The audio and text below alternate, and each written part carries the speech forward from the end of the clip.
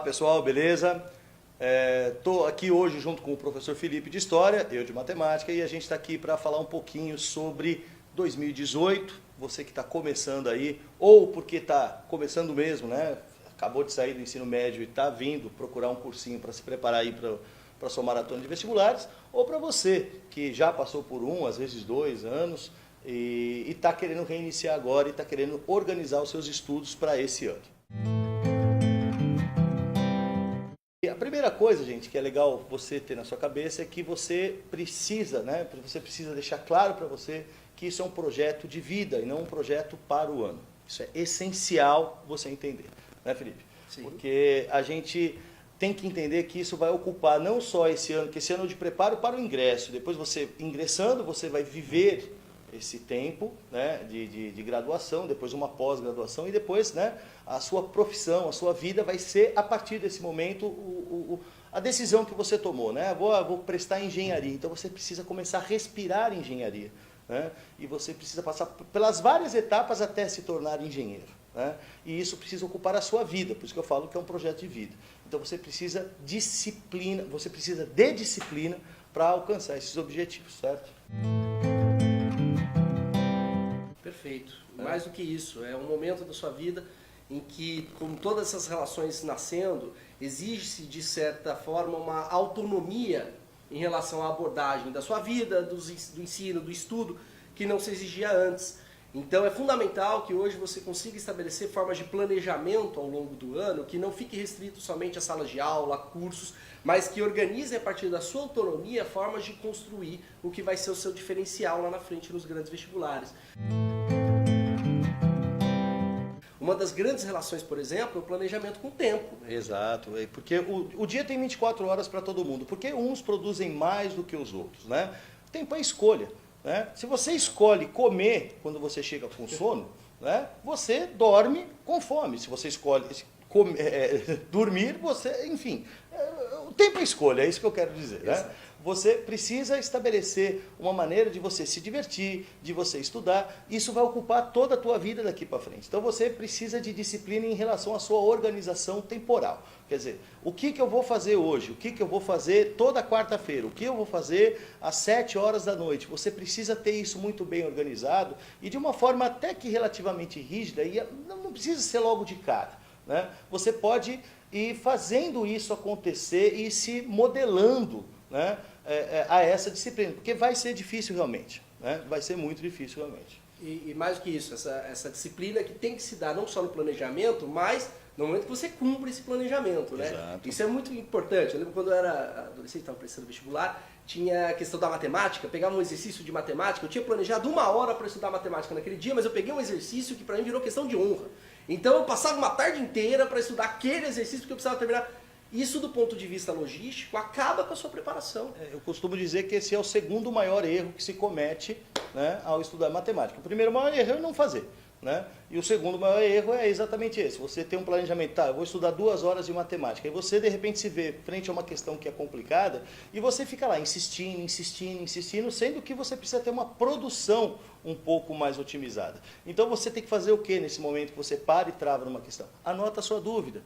Vai lá, procura o plantão, procura alguém, um colega que saiba num outro momento, mas deixa a coisa fluir. Ah, mas é que eu me enrolei logo na questão número 2. Entenda, as questões não são colocadas em ordem de dificuldade. A questão 2 não é mais fácil que a questão 4, não necessariamente, mas você precisa ter essa noção que você precisa ter uma produção de forma otimizada, né?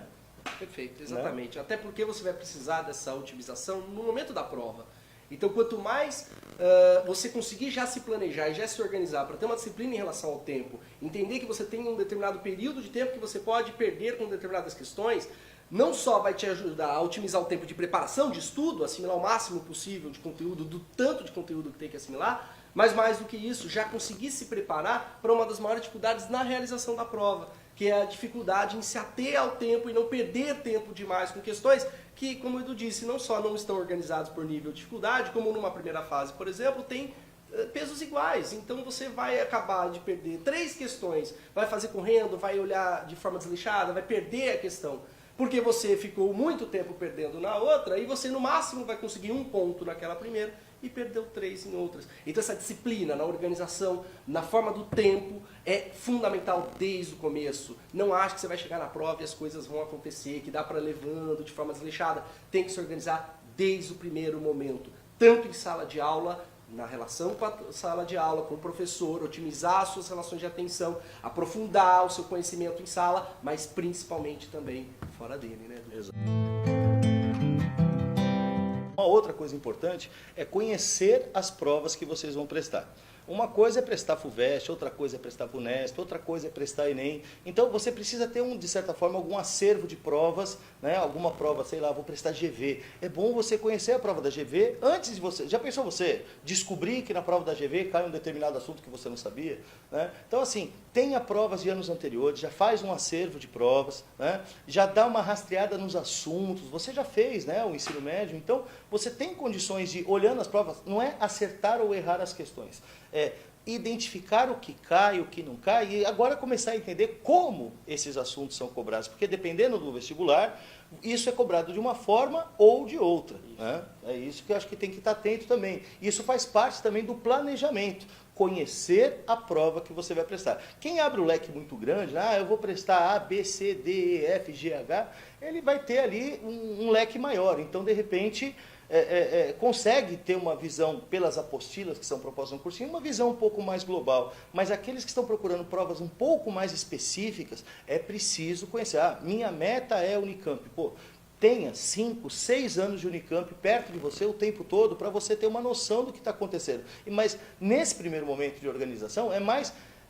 reconhecer o que é cobrado e como é cobrado. Então, terminou a aula lá de equação do segundo grau. Dá uma olhada naquelas suas provas. Como isso foi cobrado na Unicamp? Além de saber como isso pode ser cobrado de maneira geral. Conheça a prova que você vai prestar. Perfeito. Por mais que haja uma similaridade entre as 3 principais, né, a Unesp, a Unicamp e a FUVEST, o ENEM pode entrar nessa ideia. Para quem, por exemplo, tem algum tipo de preparação para particulares, como aqui em Santos, por exemplo, a Lusíadas ou a Unimes, também tem que, aí principalmente, porque a diferença entre as públicas e as particulares não é só do ponto de vista da qualidade, é principalmente do ponto de vista da forma, do tipo de tema, da maneira como se aborda, não necessariamente mais fácil ou mais difícil. Portanto, é fundamental que desde o começo do ano, a sua preparação já inclua momentos para que você faça isso. Passando pela primeira fase, uma das questões mais interessantes é como você, de alguma forma, recorda, seja no final da preparação para a primeira fase ou mesmo na segunda. É muito interessante você estabelecer uma análise própria, um autoconhecimento ao longo desse ano é fundamental. Então, existem pessoas que gostam de retomar a matéria lá no final do ano, utilizando resumos. Existem pessoas que gostam fazendo exercícios, existem pessoas que gostam de técnicas de memorização. Todas essas relações são possíveis. É importante que você tenha um longo caminho de preparação, porque você vai testando, você vai pensando quais são as que melhor se acomodam às suas características pessoais. Não também fique preso a modelos, não acho que tem uma fórmula mágica, a gente tem muito essa mentalidade, né? Não existe, o vestibular não existe, como prova de ensino médio, e se eu fizer uma cola, tal professor aborda dessa maneira, não existe fórmula mágica, é uma preparação intensa, constante e contínua ao longo do ano, que exige que você faça testes em relação a você mesmo e disponha de tempo bastante organizado para que você tenha uma boa preparação. Você que já passou por 1 ano, ou 2, ou mais de cursinho, e aí é uma dica essencial, não cometa os erros dos anos anteriores. Você sabe quais foram os erros que você cometeu, né? Você sabe onde você, de repente, deu aquela mancada. Eu não estou falando de erro no sentido, ele errou, vamos, né, condená-lo, não. Mas aquelas falhas, né? Onde você falhou. Aquilo deu certo? Não. Então, qual a chance de dar certo esse ano? Você deixou escapar a matemática básica, porque de repente você não aguenta mais ver aula de equação do primeiro grau, não aguenta mais ver como soma fração, você acha que você já dominou isso, e muitas vezes está ali naquela parte mais básica, exatamente o que você precisa para avançar para a parte mais avançada. Então, assim, não ignore certas coisas porque você já passou por alguma etapa. Faça tudo de novo e não cometa os erros dos anos anteriores. Vestibular não é acumulativo. Então, eu fiquei por 2 pontos o ano passado. Você não vai começar o vestibular desse ano precisando só desses 2 pontos. Você vai precisar de todos os pontos anteriores. Então, é até um pedido que eu faço muitas vezes na sala de aula. Não cometa os erros do ano passado. Deu certo aprender matemática, que eu costumo falar muitas vezes para meus alunos, deu certo aprender matemática dessa forma ano passado? Não. Então, qual a chance de dar certo agora? Então, às vezes, algumas mudanças são necessárias. E última coisa, e baseado nisso que o Edu falou, o vestibular não é teste de QI. Então é fundamental que você também proteja o seu emocional. Você ficar por 2 pontos, ficar por 5 pontos, você não ter passado no ano não significa que você não tem capacidade para isso, que a sua capacidade intelectual é reduzida. Significa que você, dentro de uma preparação para um teste seletivo específico, tem algumas lacunas a serem preenchidas, algumas relações a serem lapidadas. E que, portanto, deve ter, de alguma forma, uma continuidade no âmbito emocional. Você não deve deixar que nenhuma dessas provas, nenhum desses tipos de prova te abale. O mau resultado em uma prova não significa o mau resultado em todas. Cada uma delas tem um tipo específico. Então é fundamental que você proteja o seu emocional, é fundamental que você se mantenha confiante e é fundamental que você se mantenha disciplinado, né, Edu? É isso aí. Perfeito? Beleza? Grande beijo no seu coração. Estamos aqui para recebê-los, tá bom? Valeu. Falou.